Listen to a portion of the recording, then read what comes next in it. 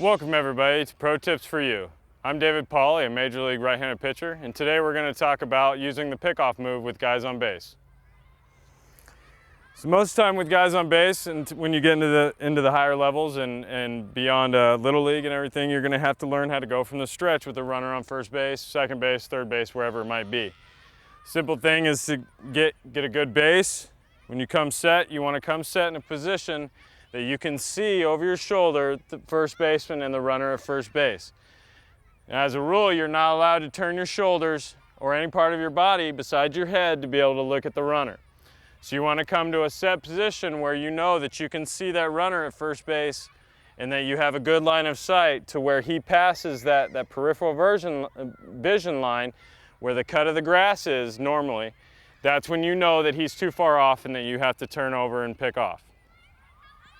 The general rule of thumb, you want to make sure that if you can't see him, that you need to get yourself in a better position, whether you open up a little bit with your hips so that you can see more of the base, or if you see too much, you can close yourself off a little bit so you see a good position of where he's too far and you can make that determination in your mind.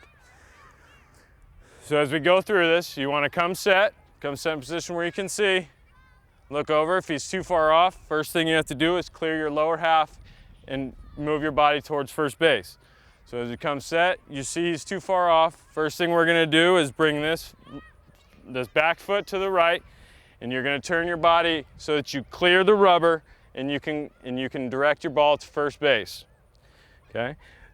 Big key in this is if you don't step off the back, meaning, with a runner on base, if you step off this way, the play is dead and you don't have to throw the ball to first base. And if you go through it the way I showed you the first time, and you don't step off and you clear the base, you are obligated to throw the ball to first base. So a quick one to show you without stepping off. This is a ball where you have to throw to first base. Come set, find your runner, see where he's at, and as you turn, you want to throw. The quickness of your feet is the key. You don't want to be too quick and rush yourself over there, but you don't want to be too slow and give the runner an opportunity to get back easily. You want to stay under control and make sure that you get your body in the right position to throw a good throw to first base, chest high, so that he is able to field it and put a tag on if possible. So as I show you again, get to a position where you can see that runner, check him a few times, and you turn, throw to first base. Okay? The other one that I talked about is stepping off. A lot of guys will use this if he feels the guy's too far, but not far enough where he's going to take off. He just wants to give him another look so that maybe he'll take a step closer to the bag, give him another opportunity, so if he tries to steal, the catcher has more chance to throw him out. So in that instance, you come set, same way you would. Make sure you check. You see him too far, you can step off and you don't have to throw the ball to first base. You can check him, make sure that he goes back to the base. Okay? Again, come set, check your runner at first base, make sure he's, if he's getting a little bit too far and you just want to step off and look, you can do that as well. And as long as you step off, you don't have to throw the ball to first base.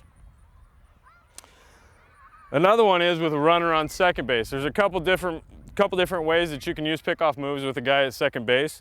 There's an inside move where you keep your foot on the bag, and I'll show you in a minute. And then there's the other one where you do a complete spin and throw to second base. The complete spin can be hard sometimes just because you have to make sure that your body gets in the right place to deliver the ball to second base. And when there's a lot of movement, sometimes things change. So what you're going to do is keep yourself under control. You're going to come set the same way you would with a runner on first base.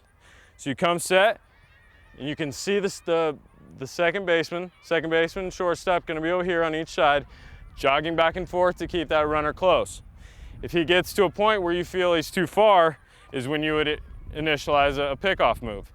First one I'm going to go with is the complete turn pickoff move. So as you see him creeping a little bit and you see your second baseman or shortstop take a break to the bag, you're going to come clear the front side of the rubber with that back foot again and turn your body so that you're in a direct line towards second base and you can direct that ball that way. If you try and be too quick, sometimes the ball, you see it float into the outfield and then the runner automatically moves down to third or wherever it might be, may give up a run. So to do it a little bit quicker with the spin move, you want to come set. If he gets too far, jump and throw to second base. making sure that you keep yourself under control and you can see everything that's going on in front of you, and you get yourself into a good position. This is a type of play where if you don't feel comfortable throwing the ball, you don't have to. There's no rule that says you have to throw the ball to second base. So if you get to that point and you spin too quickly, or you don't get all the way around, or you end up here, don't force that throw to second base, because more or less you're gonna cause an error, or whatever's gonna happen, the guy's gonna move up regardless.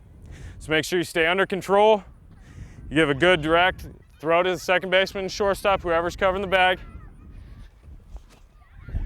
Okay, and that's the easiest one to work with. The other one is called an inside move, is where you stay here and you spin your body towards your opposite side. So you're gonna go away from your throwing side and you're gonna turn towards second base to check that runner.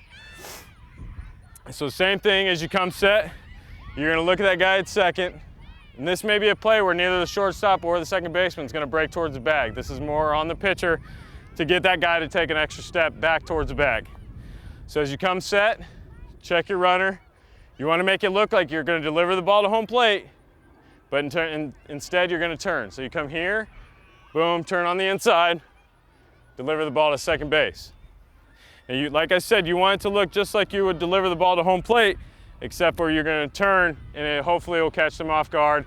He'll be trying to take that advance, that next step towards his third base on his secondary move. So as I said, you want to get your sign, come set, make sure that guy stops. If he gets a little bit too far, you want to do an inside move. Same thing as you're going to pitch, turn, deliver the ball to second base. Okay, not always is there going to be somebody there, but it puts that extra thought in the runner's mind that, hey, this guy's keeping an eye on me. I got to get a little bit closer. Don't take my chances. So one more time as we go through it, do a little bit quicker. Come set, see the guy at second base. Take a couple different looks. Turn, boom, right there. Thanks everybody for joining us today on Pro Tips for You. This was covering pickoffs to first and second base. I'm David Pauley. Thanks for coming.